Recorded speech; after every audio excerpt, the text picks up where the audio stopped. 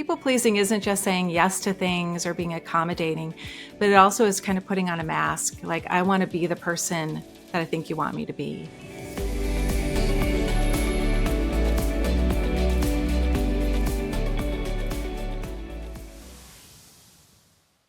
Welcome to the Juggling Life Finding Balance podcast. I'm your host, Vivian Cummins. Hey, listen, before we jump into today's show, I wanted to tell y'all about this free study guide that is my gift to you. It's called Restoring Balance, a Christ-Centered Approach.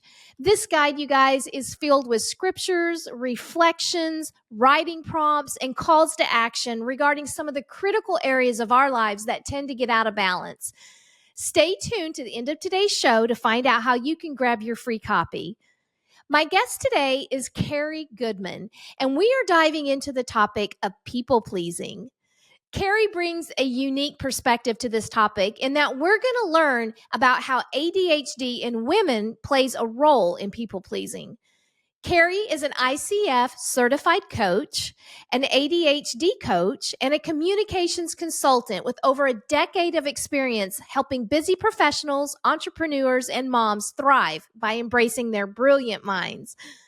I think you're going to love this episode, so let's dive into the wisdom and expertise of my new friend, Kerri Goodman. Hey, welcome, Kerri. Thank you so much for being here. How are you today? I'm doing great. Thanks so much for having me.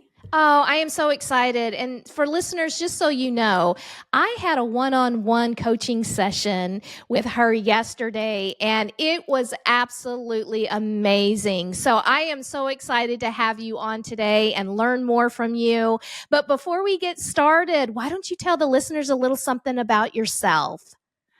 Oh, a little something about me. I right now live in North Carolina. I absolutely love it. We moved during COVID. It was kind of a big move for us. We've settled in wonderfully. So after this call, I'm going to treat myself to a walk on the beach and just Nice. Good for you. just enjoy myself. I have 4 kids. 3 are grown. One is still in high school. I have 3 grandkids, and they live nearby, and so that's just a treat. Well, hey, listen, I'm so glad you're here. And today's show, we're going to be talking about people pleasing and specifically about how ADHD in women plays a role in that. And so you have a really great angle in that. So I'm really excited for that. But before we dive in too deep, I would love for you to explain to us what people pleasing is. Sure. People pleasing is, well, we all know because we've all done it. Everybody does some people pleasing in some areas of their life or with certain people. Mm-hmm. So we all kind of know what that's like. But it really is where it is that imbalance where we're prioritizing other people's needs or what we think that they want or think that they need to such an extent that we are neglecting our own well-being. And we're starting to just lean so far into that we can even lose track of who we are in that moment, our kind of our authenticity. So we all do it though at some point. But there are some of us who maybe are a bit more extreme in that. And we have developed that as a pattern or even a habit of just how we are with the people we care about, or just even in the grocery store. So, yeah. Oh my gosh. And that's a great definition, but how is it different than just being kind or wanting to be accommodating to people? What's the difference there? Yeah. I feel like it's very hard to find that line to know. And I know that when I have these conversations with women, that's where they tend to question, like, but aren't I just being accommodating? And aren't I just being willing to shift and put other people first? Mm-hmm. And so the difference often is, I think, the intent of why we're saying yes. It usually comes out that we're just saying yes to the things that after the fact, later on down the line, we realize I really didn't want to say yes. That yes isn't the right yes. And Yep. so what happens is it's the intent of what is motivating us to say yes in that moment. What is motivating us to be pleasing and adapting and accommodating, and then also what's the outcome of it. And the outcome, sometimes we're not tuned into it, but the outcome usually is we have some resentment, or we get overwhelmed. We have a stacked to-do list that we cannot even manage. We aren't tuned into the things that really are more connected with kind of our purpose, or the things that we value. And that's also very key and important. And it's just like, I mean, your podcast is about juggling and finding that balance. And it's just really, there is no balance. Right. Yeah. Yeah, I totally agree with that. I'm guilty. I am so guilty of people pleasing. And I've had to really take some time and look at what are the reasons behind that. And I'm just curious, are there psychological or emotional triggers or reasons that those of us who tend to people please, that kind of the reasons behind it? Yeah. But What are these? Help me. it's going to be different, I think, Yeah. for each one of us. And it can take some time to figure that out. Yeah. I too, like, I call myself a recovering perfectionist slash Mhm. people pleaser. That's completely me. And I feel like I didn't really get a handle on how significant Mhm. this was in my life until I was in my early 40s. Mhm. And I looked back and could see so many things that went kind of haywire in my life because of the people pleasing. Mhm. Um, so, okay, your question. Tell me your question. I have Well, I ADHD. was just yeah, we're going to talk about that. That's going to happen. No, my question was, and you're answering it, is just, what are those Mhm. psychological or emotional Oh, triggers? Like, yeah, where yeah. does it come from? Gosh, right? Who knows? I mean, we do know, but it's going to be different for each one of us. And so often, one thing that's interesting is there are some personalities that just tend to slide into the people pleasing a little bit more. And those are people who are just agreeable, those personalities that we just love because these people are so easygoing. They're one of their things they value in life is just having things being balanced and calm. And so they're more apt to kind of go with the flow, be willing to accommodate and adjust. And so those kind of people can become more people pleasers than more the high driven, intense, I don't care what you think kind of people. We need them all. It's Yes. not necessarily Yes. bad, either one. So some of it can be a little bit of personality. It can be also just things in our childhood, just how we grew up. I was a middle child. I felt like I never fit in with the expectations of what I was supposed to live up to. And so that can also create kind of that desire to please, to also that lack of confidence, feeling like if you don't feel comfortable and know who you are, then that can also lend to that when you're in situations where you're feeling a little bit less than, Yeah. right? So Yeah. there's so many different things, but I think we all can people please some of the time. But I think when it becomes a problem is when it really is a defining feature of how you engage with people, and that's really when it becomes a problem. I think we all can accommodate, we all can say yes when we meant to say no, but when it's a pattern and it is creating an impact on your wellness, or you fulfilling those things that you feel like are really part of your mission in life, then that's the problem. Yeah. Couple of things there that I want to touch on. So the perfectionism, that's one of the things that I talk a lot about, because I too consider myself recovering, and I say recovering because it's something that I have to work on every single day, like throughout the day. Mhm. And so for me, as I'm kind of like learning about myself and the people pleasing, it's that fear of rejection for me, or that fear of looking like I don't have it all together. And let me give you an example. So where I work for the government, and I service people that are all throughout the United States. So I'm on Pacific time, and a lot of my clients are on the East Coast, and Puerto Rico. And sometimes I get meeting requests for like 5 o'clock in the morning because it's really 8 o'clock on the East Coast. And, I can kind of set my own schedule. I have that ability to do that. I have the ability to say, hey, you know what? That's 5 a.m. my time. How about we push this, to 7 a.m. or something like that? And I wasn't doing that. I was going to these 5 o'clock in the morning meetings. And, for me, I'm kind of I'm in my 50s now. And the thing is, it takes me a while to get going in the mornings. Okay. I need a bunch of coffee and some time. I got to depuff. That's the other thing. I get on camera at 5 o'clock in the morning. I'm like this big puffy mess. And, but I was accepting these meeting requests for 5 o'clock in the morning. And so I was like, okay, now I've got all this resentment. So I'm getting on these calls and now I'm resentful and I'm feeling angry and I'm feeling anxious, all because I wanted to please these clients, right? And have them think, oh, look at her. She's so driven. She's here so early and stuff. And so I'm like, okay, why am I doing that? And so I have started taking a step back. And when I get these meetings, if at all possible, I do kind of push back, and I'll let the person who's scheduling or whatever say, hey, just so you know, I'm on Pacific time. This is early for me. Is it possible for us to move that? And they're usually like, oh my gosh, I'm so sorry. Of course. So it just takes just that one step, and they're happy to do that. They're happy to accommodate. Mm-hmm. And Mm-hmm. so, that people pleasing for me, it's coming from that fear of rejection, needing that approval, needing those accolades that, oh, look at her go. And so I'm just kind of wondering, for you in the people pleasing and also having that perfectionist tendencies, do you find that to be true for you as well?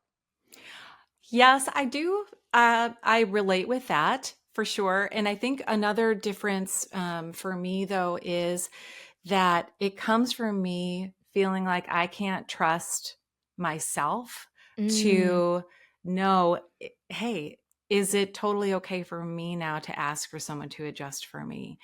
And right. so that can That's good. cause some discomfort. Mm-hmm. And so rather than wrestle with that discomfort, the easy way out is to just disregard what I need or disregard Mm-hmm. what would be easier, better for me, because it just feels so uncomfortable to wrestle with that, especially if you've Yeah. grown up and you've had the messages of, no, this is what kindness looks like. This is how, and I'm going to say, women, because it is somewhat of a gendered thing. What kindness is what women do, that Mm-hmm. meekness Mm-hmm. and that generosity. And so it might affect us differently than men, but it's that, kind of that system that we believe that it is up to us to make things easier for other people. Yeah. And so that can just feel uncomfortable, like you're rubbing against something that doesn't quite feel like it Yeah. matches with so many years of what you've been trained. But kindness is different than people pleasing. And one thing that helps me in those situations too is just to draw back and think about, why am I denying someone else the opportunity to also adjust and show kindness and appreciation and Ooh. cooperate with me? I'm the only one Yes. doing all of the work to cooperate. And again, how is that balanced? Mm-hmm. How is that a cooperative way? So I love how you worded it, where you're just saying, hey, this is what would work for me. What do you think? And that's Right. often for people who are genuinely people pleasers, most of the time, softening the language can help, because I will ask people in my coaching practice, try this out. What does it feel like to say this in response? They'll feel like, oh, I couldn't do that. That just sounds so harsh. Mm-hmm. Because in our mind too, we have a tape that's playing Mm-hmm. back that's telling us we're someone we're not. Like in your example, Yeah. that, how is this going to sound? Am I going to sound like I'm being bossy or driven, or, how is this going to come across? Because we want people to perceive us a certain Mm-hmm. way. Mm-hmm. And so, yeah, understanding too, like, what is it that I want people to think about me? And so what is that answer, protecting people from perceiving I don't want them to see? And so just more understanding that helps us to kind of break free from it. Yeah, that's so good. I love what you just said about, that gives somebody else the opportunity to show kindness, right? Yeah. So in my example, had I not have reached out, they would not know that this was even a problem for me. And I'm pretty certain that these individuals would not want to have put me out or caused me stress or anxiety as I was feeling. So had they known that, they wouldn't have done it, right? And so I love that where you phrased it, give them the opportunity to show kindness back. That's really good. That's really good. So I kind of already touched on it a little bit, but you can grow to have resentment towards others if you continue this pattern. So, how does people pleasing impact those personal relationships? This season, we're talking about relationships. Yeah, yeah, big time. And I think we have to also acknowledge that we often don't know that we're feeling resentment. It feels like other things, or we push that away. And so we don't realize that we have that resentment growing until it's bitterness. And it then really Uh impacts the oh. Yeah. relationship, right? Once it gets to that level. Um, but yeah, I feel like when we are able to break free from that people pleasing and take the risk and say something that they might disagree with, because people pleasing isn't just saying yes to things or being accommodating, but it also is kind of putting on a mask. Like, I want to be the person that I think you want me to be. And so with how that impacts our relationships is the resentment, where now we kind of have that, we feel trapped. We almost feel like, now Yeah. I'm kind of trapped into this. Like, there's that saying that, you kind of show people how to treat you by how you allow them to treat you. And so we feel trapped in that. And then some of us will at some point say something, and it feels to the other person like, well, where did that come from? Now it's a problem. Now suddenly you're upset with me because this is kind of the dance we've been doing, and I didn't know that this was a problem for you. So that can happen. The other thing that can happen is when you decide to be more assertive in a kind way, because I always have to make sure with my people pleasing clients, I say it's a kind assertiveness. it's Yes. it's kindly how you do it in a respectful way. But then when you do say that no, you might realize that you were in relationships where it was pretty one-sided, and you've been investing in these friendships, or in these places where it really was you doing the work, and it was about you pleasing, and that's kind of how they like it. And so then you're dealing with the after effect of, now what do I do now? Suddenly I see things that I didn't even know were there. Yeah. Yeah. Oh my gosh, that is so good. I'm trying to think back into some of my relationships. I think most of my people pleasing has come from work related type stuff more so than personal relationships. But I am kind of thinking about church. There's been times where I've taken on so much just because of feeling like that's my place, my what I'm supposed to be doing, and I would say yes to a lot of things. I think there was a one time I was doing praise and worship, I was leading a women's Bible study, I was a Stevens minister. I mean, I was doing all of these things, and then I ended up hating everybody. Well, I didn't hate everybody, Oh, I but know what you mean. I mean, I hated everyone and everything, and I had so much resentment and absolutely no joy. And so, I mean, it definitely strained those relationships. But I have to also look at myself because I never once went to anybody and said, no, I can't take on anything else, or I need to pass on this opportunity. So I think it's really important that we take a look at ourselves, and kind of going back to some of the prior questions, taking a look at ourselves, figuring out what it is about us that we feel led to people please, and then just start kind of dissecting, that, and learning from us, learning from this podcast and the things that you offer on how we can kind of back off on that a little bit. Um, I want to switch to the topic of something that you now coach about, and that is you are an ADHD coach, and you're a ICF-certified life coach. Can you tell us just a little bit about that? And then I would love for you to share what you bring to the field. Yeah. So I started coaching about 10 years ago. And it was during a time in my life where I was doing ready for a transition and doing something different. And when I discovered coaching, I knew, oh my gosh, this is my thing. Oh, This is the thing yes. I've been kind of doing in life, but not so well. And Mm. so now I want to get the training and really understand how to work with people and help them move forward and Mm-hmm. get unstuck in a way that works and Mm-hmm. also is very respectful. So I started just doing coaching. For any women, Mm-hmm. mainly with women. And then I switched over to ADHD not too long ago. And part of it is because I realized that's what I was attracting. I was attracting Oh, is clients who that were like right? me, who felt like they were so overwhelmed Mm-hmm. um, and scattered and had too much going on. And it turned out they did have ADHD. They weren't sure if they had ADHD. Mm-hmm. There's a lot of women who aren't diagnosed with ADHD, but they have ADHD.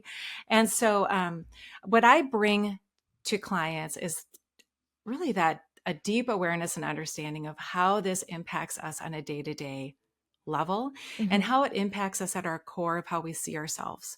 And that's huge, I feel like, with women Mm-hmm. who have gone through life and not known that this is part of your struggle, because we internalize a lot of the ways that we're different and a lot of the things that we feel like, wow, we just don't fit in with, Mm-hmm. the typical women, because I can't keep my house together. I can't have, like, my goal was always at the drop of a hat, someone can come to the door and they can walk in and I'll have like fresh baked cookies and I'll be, Wouldn't that that be nice? hospitable person that can just welcome you in. And then I decided, how about if I'm the person who, even if it's a mess, I can welcome you in and say, Mm-hmm. Mm-hmm. welcome to my world.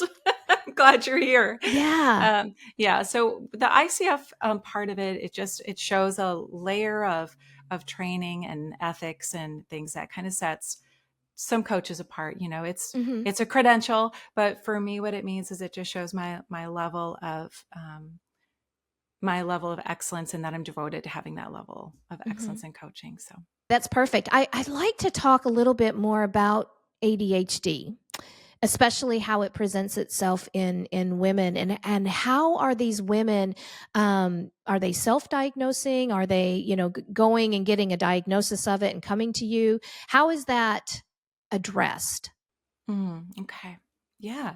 Well, ADHD is a neurodevelopment condition, and so it's a difference with the brain at in the structural level. And so sometimes people will think ADHD is something that you can just kind of slip into and have ADHD for a while, and then it goes away. And so there's some with adults. So there's some misunderstanding there. Yeah. But there is also, so it is at the cellular level. It's mostly genetic. It impacts the frontal cortex of the brain mostly, which is organization, planning. For me, a lot of my working memory, finding the right word, um, going in and out of the house 10 times before I leave because I'm thinking of something that I had to do. Um, and so there's also there's also the middle age for women that can Yeah. feel a lot like ADHD, Yes. right? Like, Me. I'm yeah, like, like I yes to all can't of the focus. I'm things. scattered. I'm forgetful and not able to find the right word for things. Like, why can't I think of that word? I know that word. And so that can make women feel like, well, maybe I have ADHD. Yeah. And I would say maybe you do, but also it could be that transitions going on in life, which is huge. I just recently took a class on transitioning, and women in middle life is one of the most, you have transitions nonstop. Just think about all of the things that we're going through. And so that has a lot of wear and tear on our ability to focus and things. And then, of course, lifestyle and all of that. So when I work with women, some of them come to me and they have an ADHD diagnosis from the doctor, from the time they were 13. Some women come to me and it's a recent diagnosis because they were missed. Because Okay. ADHD, when for a lot of us who grew up in the 80s, 70s, even the early 90s, um, it was something where that's the boys jumping up and down and they're hyper and Yes. crazy and I behavior can remember those problems, kids in right? class. Yes. Yes. Yeah. And so it wasn't the girls. Now, I Yeah. actually was more of a hyper kid, but it was more like, she's immature, she's naughty, she's disrespectful. Why can't she stop talking in class? And so it was more me going to the principal's office all the time rather than considering maybe it's ADHD, because girls didn't have ADHD, Yeah. back then. Yeah. So there's also then the women that come to me and they don't have an ADHD diagnosis. They don't feel like they have ADHD, but yet they know the things that worked in the past, they aren't working now. And they feel like a mess, and they feel like they're not living up to their potential. Or they've been living in people pleasing for so long and perfectionism that now they're realizing, I don't know who I am anymore. And now I want to take the time to figure that out and just kind of slow things down, because I don't want my life to keep going this way. Mm-hmm. So it's a Mm-hmm. mix. You get diagnosed through going to, probably you start with your doctor, and then you'll get recommended to go from there. And the process can be difficult. And so there's a lot of women who are like, all right, I'm kind of doing all my research and I'm self-diagnosing that I have ADHD, and I see the patterns from childhood. And so I'm inclusive. You don't have to have an ADHD diagnosis to work with me. I take and work with each woman really on an individual basis, and just find out, what can we do to help you get unstuck and to have, what you really want to have at this time in your life. Thank you for sharing that. And listeners, I can attest. Again, I had a session with her yesterday, and it was just so eye opening for me. So, yes, definitely. And thank you for explaining that, because as you were talking, I was like, oh no, I think that might be me, and maybe I need to go to a doctor. But then you started talking about sometimes we don't recognize that until we reach a certain age. And you're right. You get to those late 40s, early 50s, and not only, I mean, your body's changing, your emotions are changing, your environment is changing. I mean, we talked about having grandkids, we moved away, and so many changes are coming at you, and we can only take so much, right? And so I think sometimes we're exhibiting those behaviors or some of those emotions. Maybe ADHD, it may not, but either way, you provide a wonderful service to help women through that. So, um, I love that you're Christian based, and I'd love to talk a little bit about what does the Bible, what does God say about people pleasing? Mm. You said something earlier about that fear of rejection, right? And that sometimes the reason why you're saying yes to the things that you don't want to, or you'd rather accommodate that horrific 5 a.m. time for your That's not meetings. good for anybody. No, it's not good for anybody. I don't know how you did it. Because of that fear of rejection. And that impacts many of us. It really almost 100% of the time impacts women with ADHD.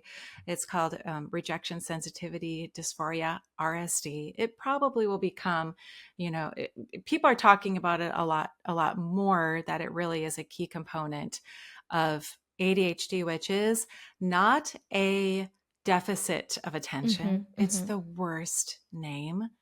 We have so much attention. Yeah. All of the things around me right now are competing for my attention, Yes. for me to focus on you right now. And not just Yes. outside, but in my brain, Hmm. 8,000 Hmm. thoughts going on at the same time. And there's a difficulty regulating attention Hmm. and regulating emotion. So when we talk about um, the people pleasing and that ability to regulate our emotions and to regulate and slow down those intense feelings of what if I'm rejected, that drives us to saying the yeses, putting on a mask, pretending we're someone we're not because we just don't want that rejection.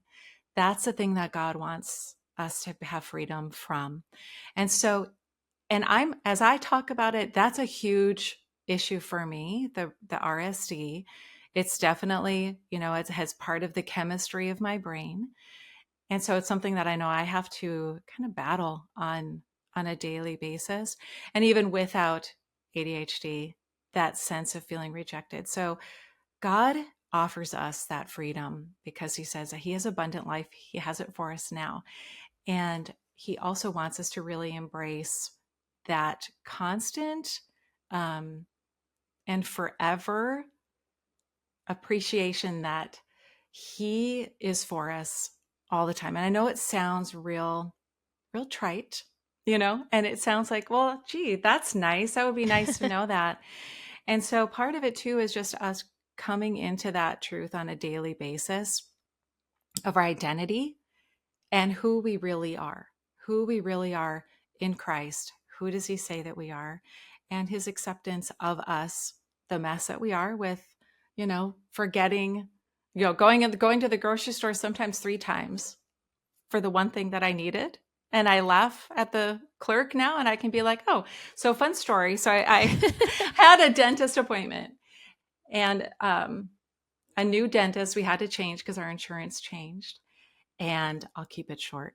I was so proud of myself, Vivian, because I planned ahead to get my forms done online. Oh And gosh, you go. I sat down, I'm doing the forms online, and I'm like, I can't believe all the stuff they want to know about me. This is insane. And it took me 15 minutes. I fill it out.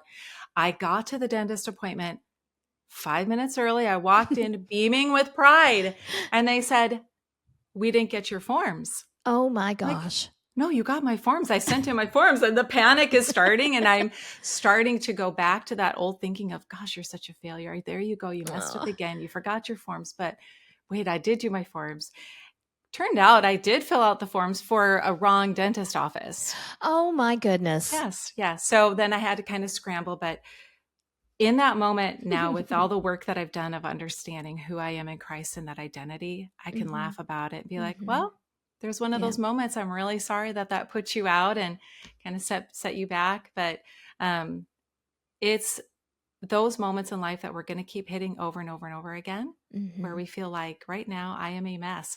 But God, he wants us to stay the course and stay on path with the mission he's given us, the purpose that he's given us, and the freedom to be like, everyone doesn't have to like me. That's a freeing place to live. Amen.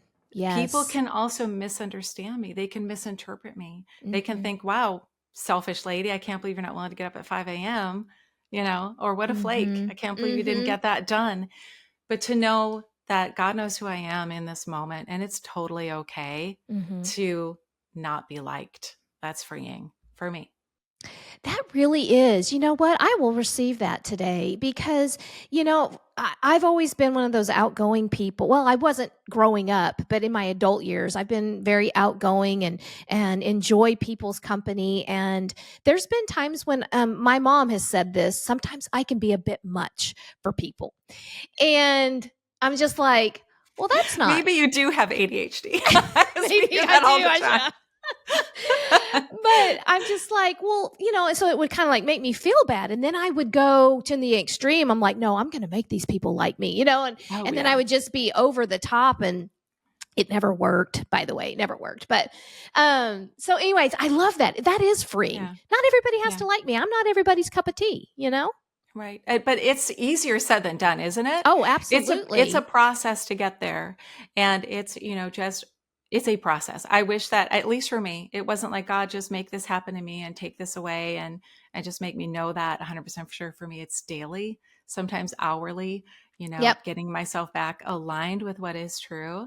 And with John 10:10, that God came to give us life, and that abundant life. And so, yeah, I grew up in a home setting where I was told over and over and over again, if someone doesn't like you and they're upset with you, what did you do? So it has to be something you did. It did not ring true to me until later in life that maybe it's not me. Maybe that's them. And coaching, my coach training helped me to learn a lot about how to reframe things, not just for the sake of reframing so you live in some positive la la land that isn't true. Right? Yeah. Because that can be a problem. But just to get back to the confidence of knowing what's true and just resting there. Yeah. Yeah. Oh, that's so good. So freeing. I was going to ask you, and what words of encouragement would you leave today with our listeners? And you've kind of already given us some encouragement, but if you had one more thing that you would want to share with our listeners today, what would that be? I would say if you are resonating with this conversation and you feel like, wow, maybe I am struggling with people pleasing, don't be afraid to explore it. And make sure, I tell people that I work with, put on a little lab coat. and look for the data. Look for the relationships or the settings where you're feeling, and you can kind of feel it when you pay attention. You can kind of feel it sitting kind of icky when you're people pleasing. You might get it in your stomach or kind of resting on your shoulders or wherever, but just pay attention to what that feels like and just say, hey, it's okay to recognize that. And now I can deal with it, because we'll put shame on that, friend. We're going to put shame on ourselves if we're like, oh, I can't believe I'm doing that. I can't believe I'm people pleasing. There's shame upon shame that just kind of keeps getting heaped on. So my encouragement be, no matter what you're learning about yourself, there is zero shame. God is there saying, I already know that. And what I have for you is freedom and love and acceptance without any shame. There's no shame here. So just come on, let's just be real and let's work through this together. And let's keep walking step by step more into that freedom that's there for you. So that's my word of advice. Just let go of the shame about it. I love that. I love that. Well, Kerri, how can our listeners get in contact with you? Maybe they want to learn some more about the services that you offer. Maybe they want to come to you for some coaching. How might they do that? I would say just go to my website. It's kerrigoodman.com. And you can see I offer a few different kinds of services, coaching, life coaching, ADHD coaching. I also work with teams, and we didn't really talk about that, just helping with learning more about who you are and your personality strengths. And I also am on social media. Not a lot. I don't love being on social media. So. Yeah, that's a whole other topic, isn't it? Yeah.